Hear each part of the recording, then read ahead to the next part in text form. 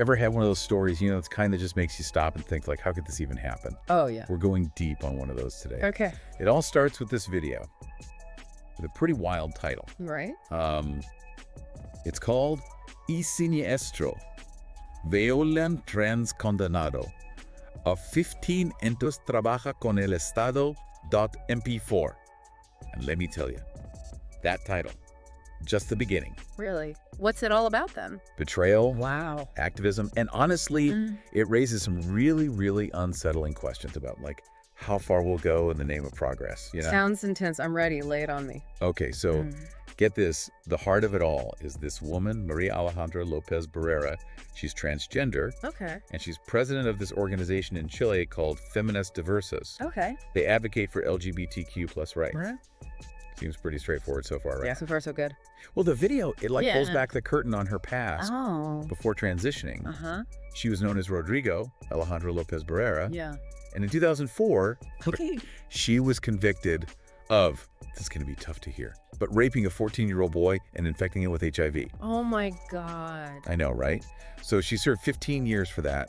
And now she's heading this organization that gets government funding. Wait, hold on. That can't be right. Like, she served time for that and now is getting funding? That doesn't seem possible. Yeah, that's what the video is alleging. And there's more. More. It claims she transitioned genders while in prison Uh-huh. and speculates that might have helped her get out early. Like, get out of prison early. Is that a thing? Apparently, yeah. See, in Chile, women get, on average, 5 years less prison time for the same crime as men. That's what the video says anyway. Oh, wow. So like a loophole or something. Yeah, potentially, but wouldn't transitioning genders be, complicated? Right. Especially in prison. Well, according to this video, in Chile, it's kind of simple. Really? Supposedly, you just go to the civil registry and say, hey, I identify as this gender, and boom, that's it. Legally, you were that gender. Oh, no surgery. Yeah. No medical anything. That's what they're saying. And they use this as like a launch pad to talk about self-identification in general. I see where they're going with this. Retirement ages, bathrooms, sports categories, Right, right. stuff designed with biological sex in mind.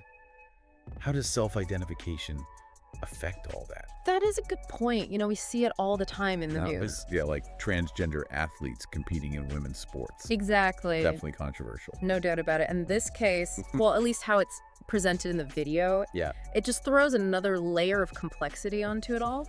So after prison, Lopez Barrera gets into LGBTQ plus activism, becomes president of SINISTER. Okay. And the video really focuses on the organization's government funding.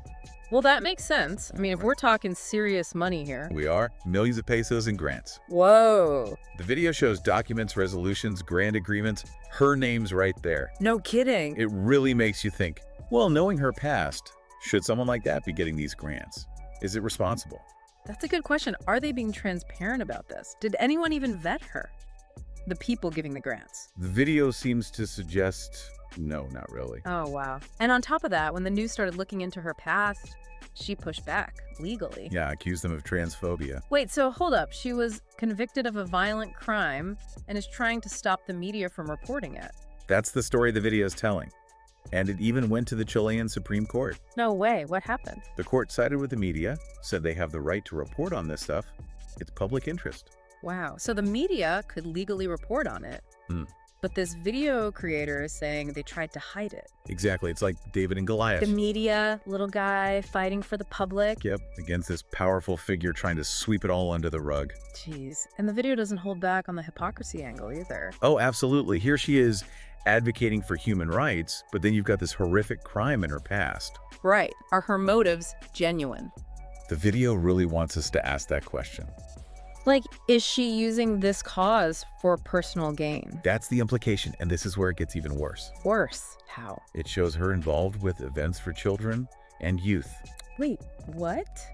You heard the right. This woman convicted of assaulting a minor is working with kids. No, this is just, I don't even know what to say. It's messed up, and the video really emphasizes the danger, the ultimate betrayal of trust, you know. Like, she should be nowhere near kids, ever. That's the point they're making. So Yeah. we're going to tread carefully here because this next part is where it gets really complicated. All right, I'm listening. Okay, so About that government funding. Yeah. It's one thing to just talk about it, but the video, like, they actually show the stuff, Okay. resolutions, Yeah. grant agreements, the whole thing. And Lopez Barrera's name is right there representing feminist diversas. It's not just like vague claims, you know? No. They show the evidence. And the detail, it's crazy. Oh, yeah. They break down every single grant. Wow. How much, where it came from, even what it was supposed to be used for. And it's a lot of money. Millions, like we said, and the video just keeps hitting that point. Where is it all going? All right, like It's making you suspicious, you know? oh yeah, total seed of doubt. Is this organization just using the cause to make money? Especially when they show her getting awards and stuff. Oh, I see.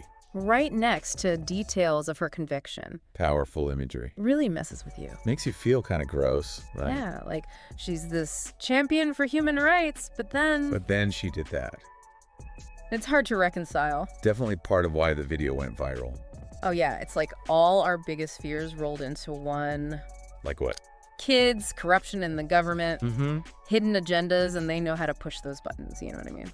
Yeah, the video creator's not messing around. No, they're not. Very direct, almost angry. Calling people out, using strong language. It's not your typical news story. It's like an expose, right? Exactly. Trying to uncover some hidden truth. Could be off-putting for some, For sure. but it's also why it works, you know? Makes it feel real, Raw. authentic, like they're genuinely pissed. There's that, but Yeah. they try to be transparent too. Oh, Sources, court documents, news articles are like, go look for yourself. interesting. It's like they're saying, don't just take my word for it. It adds credibility. It's not just some random rant. It's like we're all part of the investigation. Citizen journalists. Yeah, exactly. Really gets you involved. So we've got the content, the style, how they use visuals, emotions. Yeah, But what about the big picture? right. What does this all mean for us? Like, as a society? You know, how do we deal with gender identity, criminal justice, protecting people? Big stuff. It really makes you think about some tough questions. Like forgiveness, redemption. Can someone really change after doing something so awful? Right. And how do we make sure the systems we have to protect people aren't being taken advantage of? It's like all these different ideas are smashing into each other. Yeah. Individual rights, safety, justice, compassion. Gender identity, biological sex. It's a mess, and this case is right in the middle of it. The video creator seems to be saying, Yeah. in this case, keeping the community safe, especially the kids, that has to come before everything else, her rights, whatever she says about changing. So even if she says she's changed, she shouldn't be anywhere near kids. Basically, that seems to be their point, and a lot of Yeah. people would agree with that. Protect the kids, of course. Right, Okay. but it also makes you think about punishment, second chances. Can people really atone for the things they've done? Or are they always going to be defined by that one terrible act? Tough questions, and the video doesn't give any easy answers. No, it just keeps getting more and more complex. Forces us to look at how messy humans can be. And let's not forget about the media's role in this. Oh yeah, that's a big one. The video makes it seem like they were silenced at first. By the transphobia accusations. Exactly, they use that word a lot, but Yeah. it feels almost sarcastic. Like it's being used as a weapon. Yeah, to shut down criticism, stop people from speaking out. It makes you wonder how that word is being used. And remember, the Supreme Court actually sided with the media. So they could report on her past. Yeah, but the video still frames it as a victory against censorship. Like the media can report on tough stuff without being punished. Exactly, and it's not just about the media, it's a bigger idea.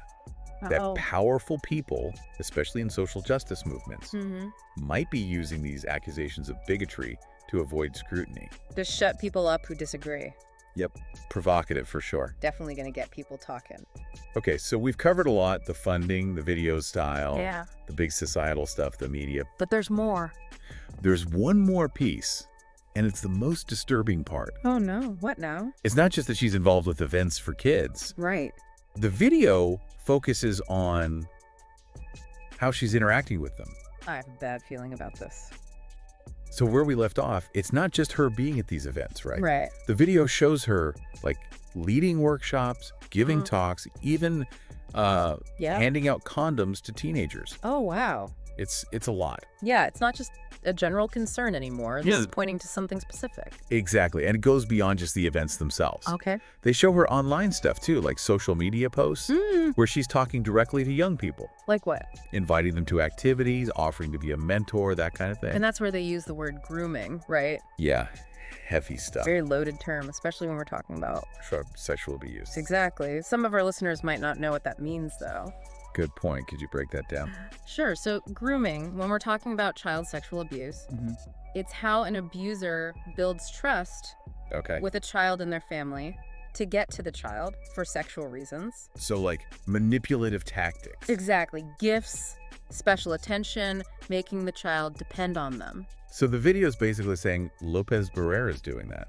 That's the implication, and they tie it back to her exploiting the LGBTQ plus movement. Right, like it's all part of this bigger, more sinister plan. Yeah, a pattern of manipulation. But it's a huge accusation. Oh, absolutely. And the video doesn't show her actually doing any of that, like no proof. That's important to remember. It's all interpretation, not hard evidence. So viewers got to decide for themselves. Exactly. How much weight do they give to these claims? It's tricky, right? We want to protect kids, but... But you can't just throw accusations around. Exactly. Especially without proof. This case, it really shows how hard it is to navigate this stuff. Especially with social media. Everything spreads so fast. And those accusations, even if they're not true, they can really hurt someone. So where does that leave us? Individual rights versus community safety. It's a question we've been asking ourselves forever. Yeah, how do you reintegrate people who've done bad things? While also keeping everyone safe, especially kids. Tough one. No easy answers here. This case, it just shows us those gray areas where what we believe clashes with, how people actually are. The video seems to be saying, with Lopez Barrera, there's no room for compromise. Zero tolerance. She shouldn't be allowed near any child, ever. A lot of people would agree with that. Yeah, especially with what she did. But it brings up those other questions too about forgiveness, second chances. Do people really change? Can they make up for the bad things they've done? Or are they always going to be that person who did that one awful thing? Yo, deep stuff. This case doesn't give us the answers. It just makes us think about them. Makes us confront the complexity of it all. Well, we've covered a lot. The allegations, the video creators' arguments. Yeah, the big societal questions, the media's role. It's been a lot, so what's the takeaway here? I think this case, as messed up as it is, it reminds us to think critically. Okay. To be skeptical, but informed, and to talk about these things. Even if they're uncomfortable. Exactly. We can't just shut down people who disagree. We gotta listen, investigate, hold people accountable. And most importantly, protect the people who need it most. Especially kids. Yeah, we gotta be aware that abuse can happen anywhere, even in places we think are good. This has been a heavy deep dive. For sure. But hopefully, it got you thinking. Yeah. Made you ask some hard questions. And that's what it's all about, right? One last thing. The video creator leaves us with this thought. It's kind of creepy, but they say that people in power, especially in marginalized communities, they often have this, shield of trust. Because of their position? Yeah, and that can make them harder to question. So they get away with more. It's a reminder that abuse of power can happen anywhere. Oh, we gotta be careful. We gotta stay vigilant, think critically, protect ourselves and our communities. Couldn't have said it better myself. Thanks for joining us. And until next time, stay curious, stay informed, and stay engaged.